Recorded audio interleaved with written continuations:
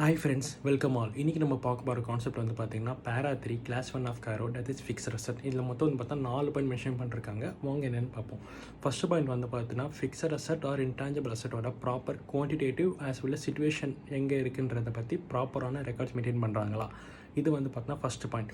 Second point வந்து பார்த்தீங்கன்னா in case fixed asset or intangible அசெட்டை வந்து பார்த்தீங்கன்னா லாஸ்ட் ஃபினான்ஷியல் இயரில் ரீவேல்யூஷன் பண்ணியிருந்தாங்கன்னா அந்த ரீவேல்யூஷன் வந்து பார்த்தீங்கன்னா ரிஜிஸ்டர்டு வேல்யூ ரீச் பண்ணியிருக்காங்களா. இன்கேஸ் அந்த ரீவேல்யூஷன் பண்ண வேல்யூ வந்து பார்த்தீங்கன்னா 10% மேலே சேஞ்சஸ் இருந்துச்சுன்னா அதை வந்து ஃபினான்ஷியல் ஸ்டேட்மெண்ட்டில் வந்து டிஸ்க்ளோஸ் பண்ணணும்.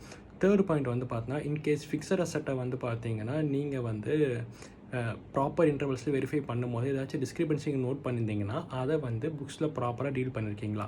ஃபோர்த்து பாயிண்ட் வந்து ஃபினான்ஷியல் ஸ்டேட்மெண்ட்டாக இருக்க ஃபிக்ஸட் அசெட்டை வந்து பார்த்தீங்கன்னா கம்பெனி பேரில் இல்லாமல் வேறு யார் பேரில் வாங்கியிருந்தீங்கன்னா ஏன் வாங்கியிருக்கீங்க.